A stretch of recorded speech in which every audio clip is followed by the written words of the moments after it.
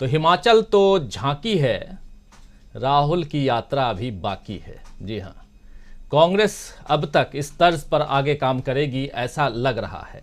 जी हाँ दोस्तों, आप जानते हैं कि कल आए नतीजों में कांग्रेस और बीजेपी के बीच चुनावी मुकाबला 1-1 की बराबरी पर छूटा है। बल्कि ये कहा जा सकता है कि इस बार के चुनाव बीजेपी के लिए संभलने की चेतावनी लेकर आए हैं, क्योंकि एमसीडी की 15 साल की सत्ता बीजेपी ने गंवा दी। इधर हिमाचल प्रदेश भी हाथ से निकल गया और गुजरात जो पहले से उसके पास था वो वैसा ही बना रहा। बीजेपी इस बात पर खुश हो सकती है कि गुजरात में उसे ऐतिहासिक जीत मिली है। वहीं कांग्रेस के लिए ये चिंता का विषय हो सकता है कि इस बार गुजरात में उसकी सीटें बहुत कम हो गई हैं। मगर कांग्रेस ने एक लंबे अरसे के बाद एक राज्य अपने खाते में जोड़ा है, ये उसके लिए एक बड़ी उपलब्धि है। इस जीत से कांग्रेस ने बतला दिया है कि अभी उसके पास बीजेपी को चुनौती देने का दमखम खूब है और बीजेपी कांग्रेस को हल्के में लेने की गलती न करे। वहीं उसके लिए अच्छा, ये जो बात है वही उसके लिए अच्छा होगा। वैसे मोदी जी ने गुजरात जीत के बाद अपने संदेश में एक बात कही है, और वो बात जो है वो खासकर युवाओं के भरोसे की है, युवा पीढ़ी की बात है। मोदी जी ने क्या कुछ कहा है जब वो कल गुजरात जीतने के बाद दिल्ली के अपने केंद्रीय कार्यालय में अपने कार्यकर्ताओं को संबोधित कर रहे थे, तो उन्होंने क्या कुछ कहा उसका एक अंश आपके सामने पेश करना चाहता हूं और फिर आगे बढ़ते हैं। पहले सुनते हैं मोदी जी कल युवाओं को लेकर के क्या कुछ कह रहे थे, सुनिए जरा। इस चुनाव में गुजरात में 1 करोड़ से भी ज्यादा ऐसे वोटर्स थे जिन्होंने मतदान किया,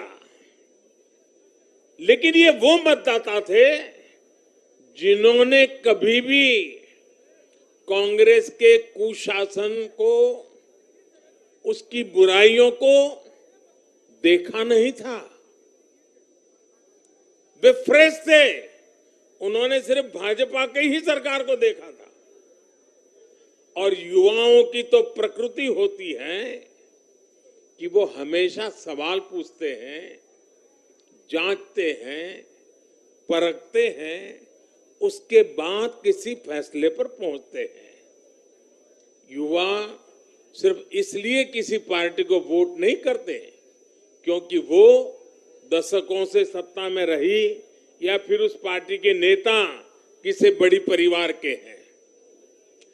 युवा तभी वोट देते हैं जब उन्हें भरोसा होता है, जब उन्हें सरकार का काम प्रत्यक्ष नजर आता है।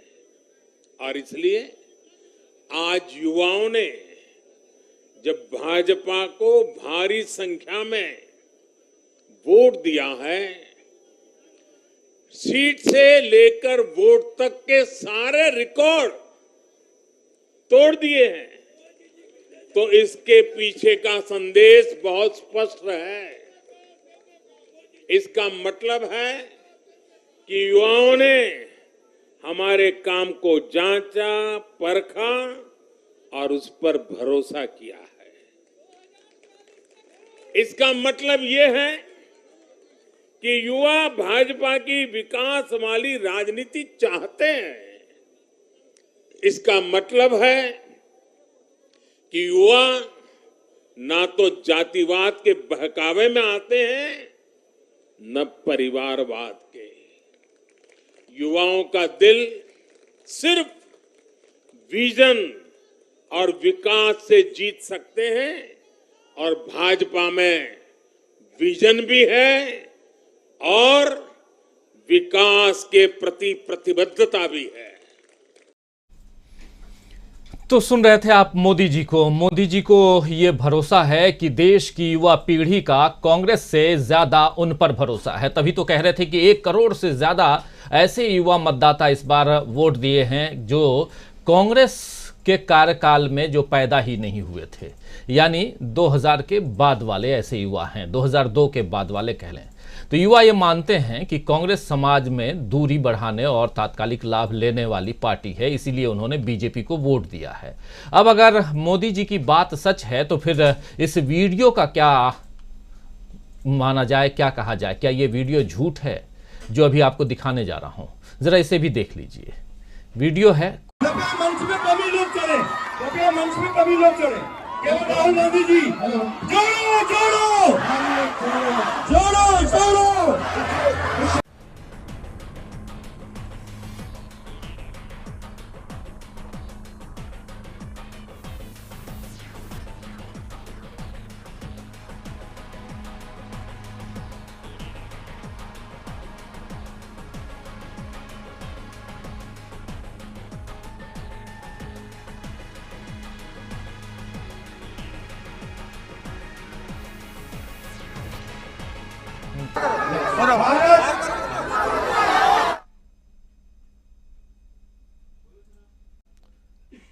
तो राहुल गांधी बोल रहे हैं, जरा राहुल गांधी की आवाज बढ़ाइए।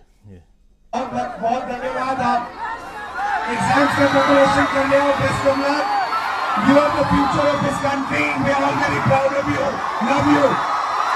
आपको sir thank you sir, thank you. Bharat. तो दोस्तों, इस वीडियो में साफ नजर आ रहा है कि एजुकेशन हब कोटा में किस तरह युवाओं की भारी भीड़ राहुल भैया को जिंदाबाद कहने के लिए इकट्ठा हुई है।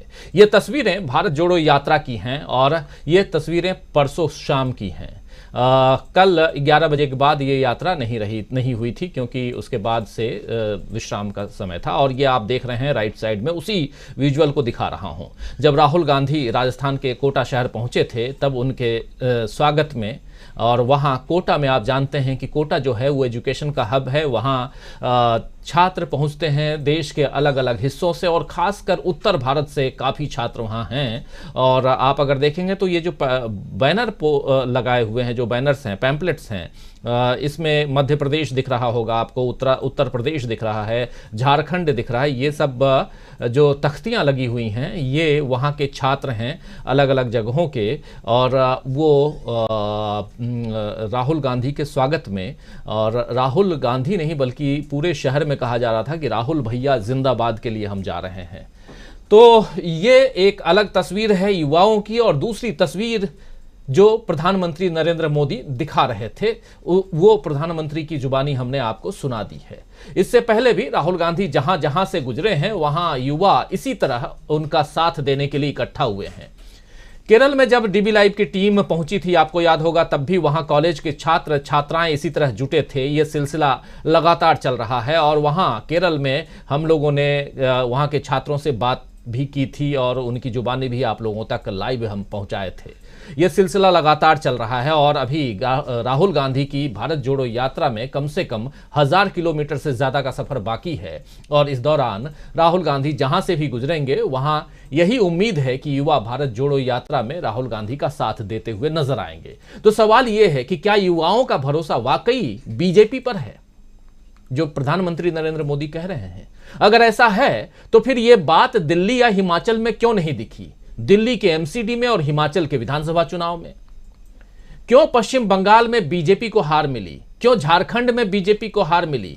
क्यों तमिलनाडु, तेलंगाना, केरल, आंध्र प्रदेश, राजस्थान, छत्तीसगढ़, इन सब में बीजेपी की सत्ता चली गई, बीजेपी सत्ता में नहीं आई? ये सारे सवाल मीडिया को उठाने चाहिए, मगर मीडिया में भी इस वक्त गुजरात की जीत के आगे बाकी सारे नतीजे उपेक्षित पड़े हुए हैं। विदेशी अखबारों ने गुजरात की जीत पर क्या लिखा, इसकी चर्चा ज्यादा हो रही है, मगर हिमाचल के बारे में विदेशी अखबारों ने क्या लिखा है, इसकी चर्चा नहीं हो रही है। हिमाचल में बीजेपी क्यों हारी? क्यों अनुराग ठाकुर के जिले में बीजेपी हारी? क्यों जेपी नड्डा के गृह राज्य में बीजेपी हारी, पार्टी को मात मिली? इस पर सवाल नहीं हो रहे हैं। तो आइए दोस्तों, बहुत सारे सवाल हैं, हम उन सवालों को यहां उठाने की कोशिश करते हैं, उन पर हम चर्चा करने की कोशिश करते हैं। तो आज न्यूज पॉइंट में चर्चा करेंगे कि क्या हिमाचल प्रदेश जीतकर कांग्रेस ने यह बता दिया है कि बीजेपी को सत्ता का दम, या कहें कि बीजेपी को हराने का दम अभी कांग्रेस में बचा हुआ है उसमें? क्या मीडिया एक की जीत पर जश्न और दूसरे की हार पर चुप्पी साधकर पक्षपात नहीं कर रहा है? क्या राहुल गांधी की यात्रा के कारण आगे आने वाले जो चुनाव हैं उसमें भी बीजेपी को मात मिल सकती है? और सबसे बड़ी बात कि राहुल गांधी की यात्रा का जो कहा जा रहा है कि उसका असर नहीं पड़ रहा है, क्या ऐसा है? क्या गुजरात के चुनाव का जो रिजल्ट है, उस रिजल्ट का सीधा असर जो है वो उसे भारत जोड़ो यात्रा से जोड़कर देखा जा सकता है? सवाल बहुत हैं और उन सवालों का जवाब ढूंढते हैं। हमारे साथ कुछ वरिष्ठ साथी